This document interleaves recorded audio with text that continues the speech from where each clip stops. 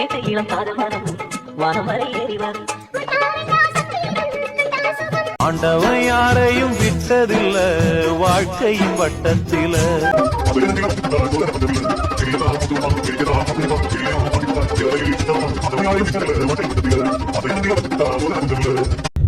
பாருங்கோ பாருங்கோ, மாயம் இல்லை மந்திரம் இல்லை பாருங்கோ, கொதிக்கிற எண்ணெயில கையை விட்டாரு பாருங்கோ. அஸ்ஸலாமு அலைக்கும் வரஹ்மத்துல்லாஹி வபரகாத்துஹு. அன்பார்ந்த அனைத்து உறவுகளுக்கும் இனிய மதிய வணக்கம். ஏன் எதுக்கு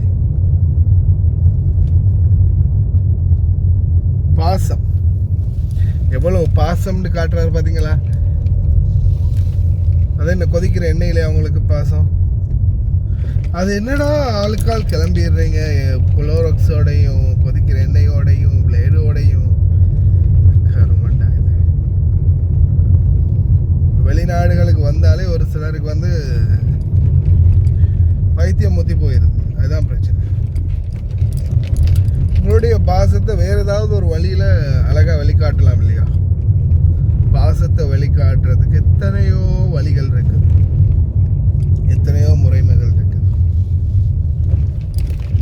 இந்த மாதிரி கொதிக்கிற எண்ணெயில கையை விடுறதும், குளோரிக்ஸை குடிக்கிறதும், பிளேடை கொண்டு வந்து கீரல் படுக்கிறதும், இதெல்லாம் பாசத்துடைய வெளிக்காட்டு இல்லை. இதெல்லாம் சைக்கோத்தனத்துடைய வெளிக்காட்டு. இதெல்லாம் வந்து முட்டாள்தனத்துடைய ஒரு அங்கம். அதே மாதிரி இன்னொரு விடயத்தை நல்லா சொல்கிறேன், கேட்டுக்கோங்க. வாழ்க்கை விஷயத்தில் தயவு செய்து பாசத்துக்காகவும் உறவுக்காகவும் பிச்சை எடுக்காதீங்க. ஒரு காலம் உறவுகளுக்கிட்டையும் பிச்சை எடுக்காதீங்க. ஏன்னா பாசம் பண்றது தானா வரும். அதை நாம பிச்சை எடுக்க போனோம்னு வைங்க, அதை வந்து நம்மளுக்கு எதிரான ஆயுதமாக கடைசியில் பயன்படுத்த ஆரம்பிச்சிருவாங்க. அவங்க அதை பயன்படுத்த ஆரம்பிச்சிட்டாங்கன்னா கடைசியில் நம்ம வாழ்க்கை பூரா அடிமைத்தனத்திலையும் அடிமை குணத்திலையும் தான் வாழணும். அதனால் தயவு செய்து இக்காரணத்தை கொண்டு வாழ்க்கையில் பாசத்துக்காக பிச்சை எடுக்காதீங்க, பாசத்துக்கு அடி பண்ணியாதீங்க. கிடைச்சா ஏதோ ஒரு சொல்லுவாங்க இல்லையா, வந்தால் டேக் கேர், போனால் டோன்ட் கேர் அப்படின்னு இருங்க தயவு செய்து. அதுலேயும் குறிப்பாக இந்த வெளிநாடுகளில் இருக்கக்கூடியவங்க, இந்த வாட்ஸ்அப் காதல், டிக்டாக் காதல், ஈமோ காதல், ஃபேஸ்புக் காதல், அதெல்லாம் காதல் கிடையாது, ஜஸ்ட் காமம். பாசம் கடைசியில் வேஷமாக கூட போகலாம். ஏன்னா இந்த நாடுகளை பொறுத்தவரையில், வெளிநாடுகளை பொறுத்தவரையில் ஒவ்வொருத்தருடைய நிலைமை ஒவ்வொரு நேரத்தில் மாறலாம், எப்படி வேணாலும் மாறலாம். அதனால் தயவு செய்து உங்களுடைய வாழ்க்கை ஒரு பொன்னான வாழ்க்கை, இறைவன் தந்த அருட்கொடை, அதை சரியாக பயன்படுத்துங்க. அதே மாதிரி நான் தொடர்ந்துமே உங்களுக்கு தரக்கூடிய அவேர்னஸ், வெளிநாடு வாழ் சொந்தங்களை உங்களுடைய வாழ்க்கையில் உங்களுக்குன்னு ஏதாவது சேர்த்துக்கோங்க, உங்களுக்காக ஏதாவது சேர்த்துக்கோங்க. முடிஞ்சால் நல்ல உறவுகள், சொந்தங்கள், நண்பர்கள், இல்லையா கொஞ்சம் பணத்தையாவது உங்களுக்காகன்னு சேர்த்துக்கோங்க. கடைசி காலத்துக்கு பெத்த பிள்ளைகளாக இருக்கலாம், அடுத்தது நம்மளை பெத்து வளர்த்த தாய் தகப்பனாக இருக்கலாம், தம்பி தங்கையாக இருக்கலாம், உறவினர்கள், நண்பர்கள், யாராக வேணாலும் இருக்கலாம். எந்த நேரத்தில் எப்படி ஆப்பாடிப்பாங்கன்றது சொல்லவே முடியாது. நான் இப்போ ரீசெண்டாக கூட நான் பார்க்குறேன், அந்த வீடியோ இருந்துச்சு, நான் மறுபடியும் போகிறேன். ஒரு தாய் அழுகிற அழுகை, பல வருஷம் வெளிநாட்டில் இருந்து கஷ்டப்பட்டு பொண்ணு பேருக்கு வீடை மாற்றி கொடுத்து அப்படி இப்படின்னு பல பிரச்சனைகள். பெத்த பிள்ளையே அப்படி செய்யும்போது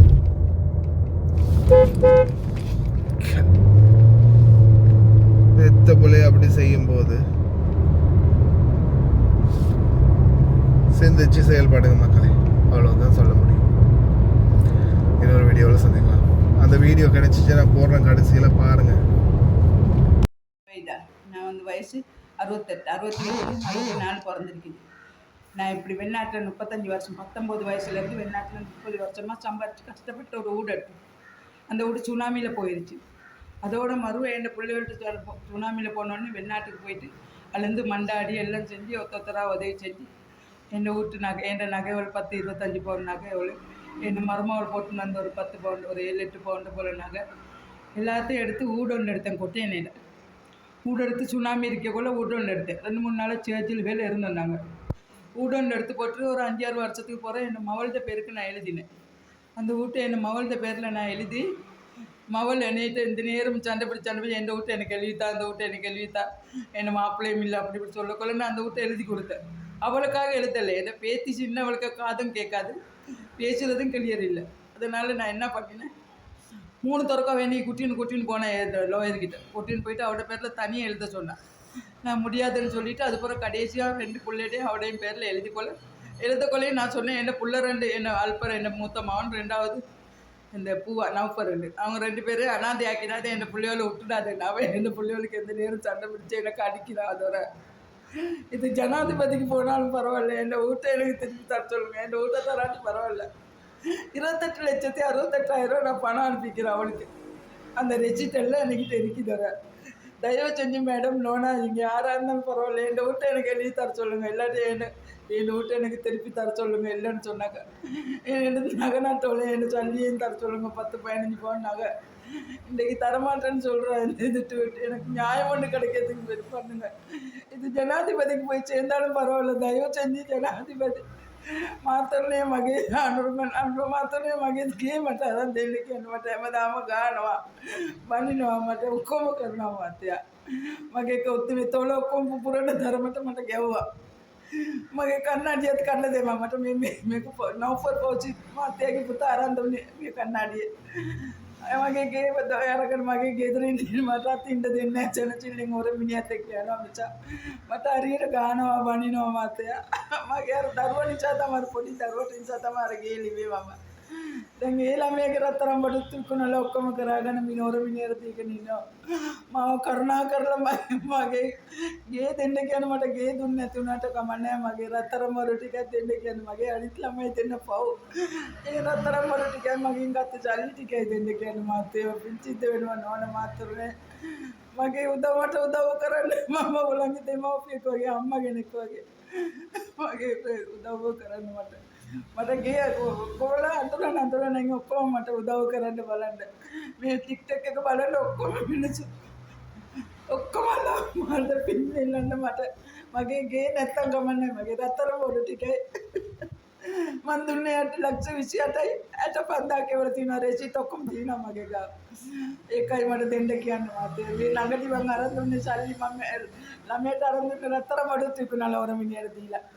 කරුණා කරලා මගේ මට උදව් කරන්න. මම ඒකට තමයි මේක මේ දාන්නේ.